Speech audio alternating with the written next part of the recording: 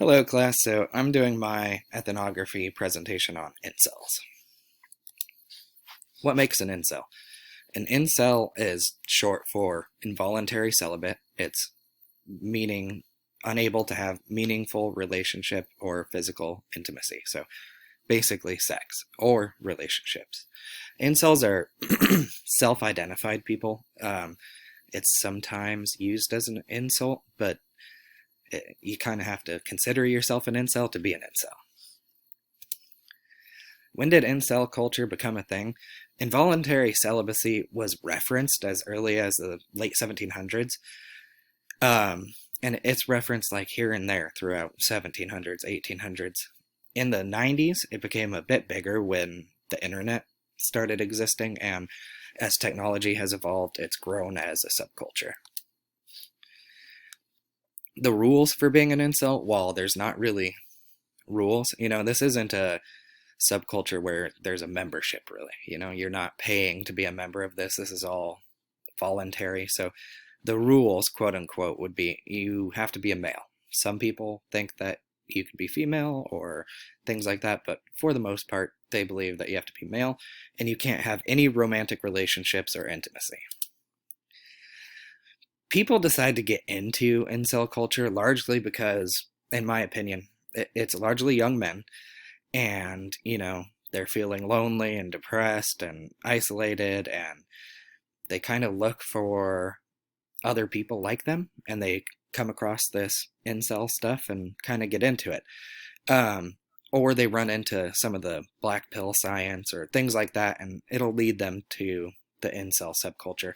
What's interesting about it is it's a weird support counter support, because they find community and understanding, but at the same time, they often post stuff that makes them feel worse. They call like rope fuel. We'll talk about what rope fuel is in a while, but they sometimes post stuff that makes them feel worse, and it's like part of that culture. Incel lingo, honestly, I could talk about for like 3 hours because there's a lot, but I broke it down to like probably the most important stuff. Incel is an involuntary celibate.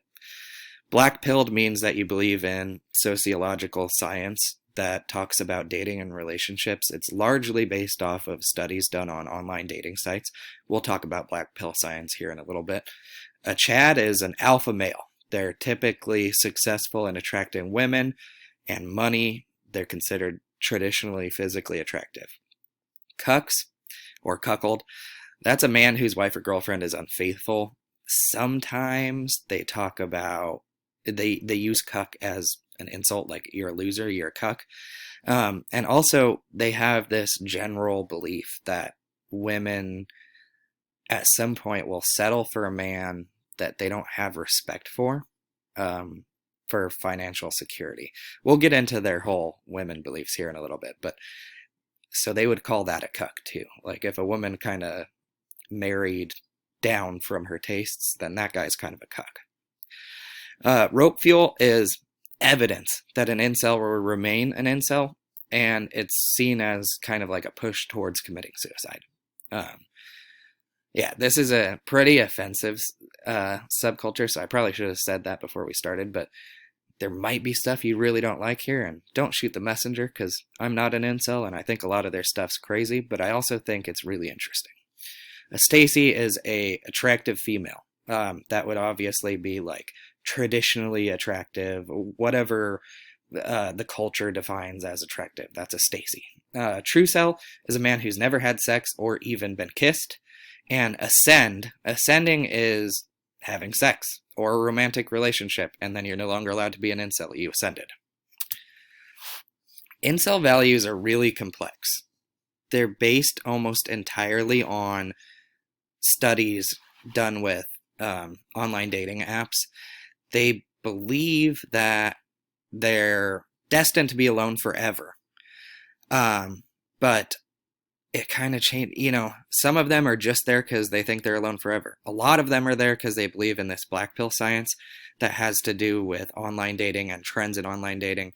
Stuff like, the huge gap between how many men are on a dating platform versus women, and then as well as women picking kind of like the top 20% of attractive men.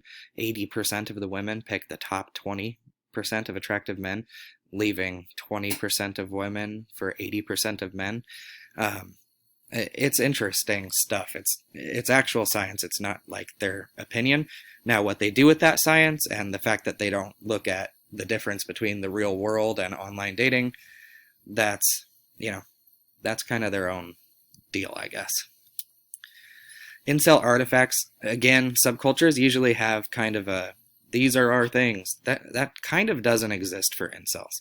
For me, I would list Black Pill Science, Elliot Rodgers Manifesto, online forums, Reddit, drugs and alcohol, and shit posting.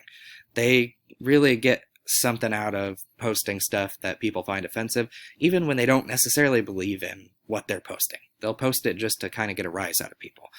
Elliot Rodger, we'll talk about real quick. Elliot Rodger was a young man who was a virgin or something like that, and he went on a killing spree and basically said that he deserved to have women and he did everything right, and he's kind of a nutcase.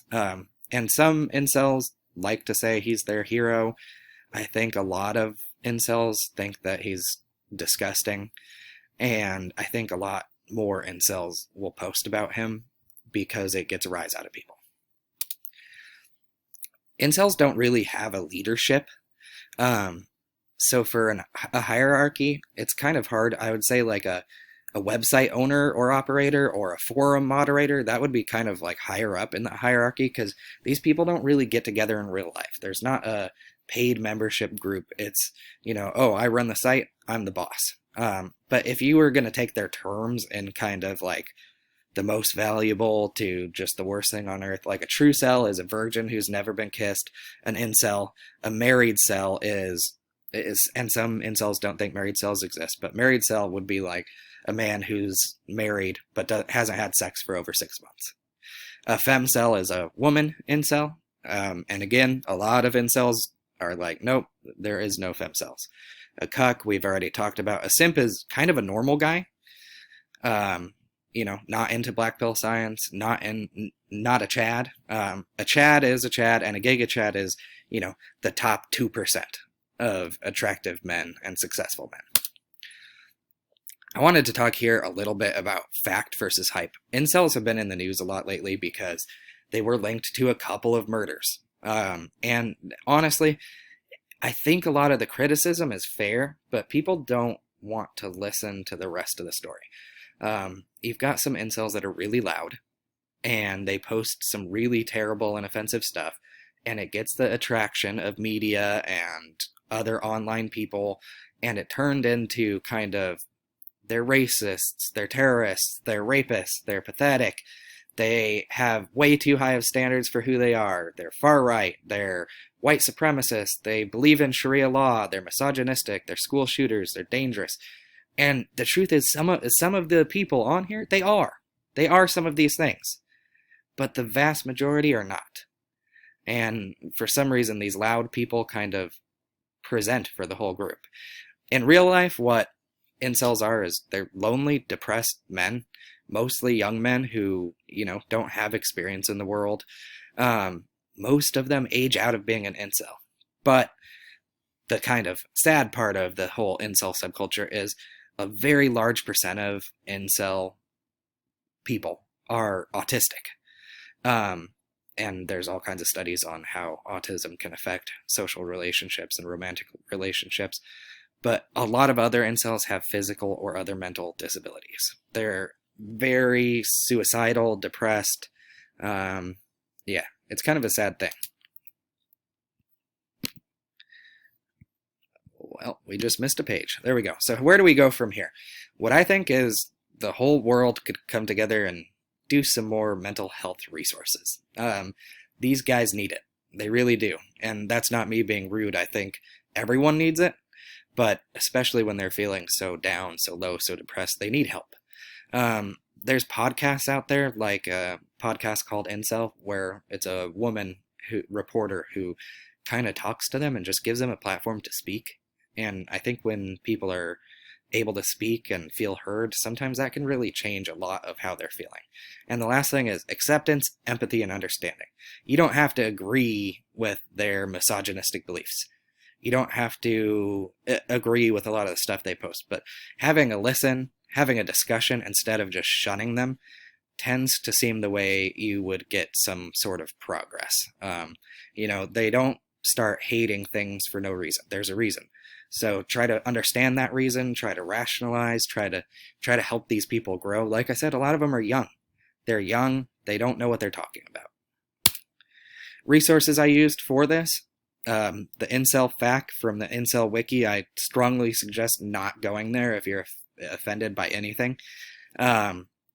Male Supremacy by the Sovereign Poverty Law Center. They're the ones talking about incels being domestic terrorists and this and that.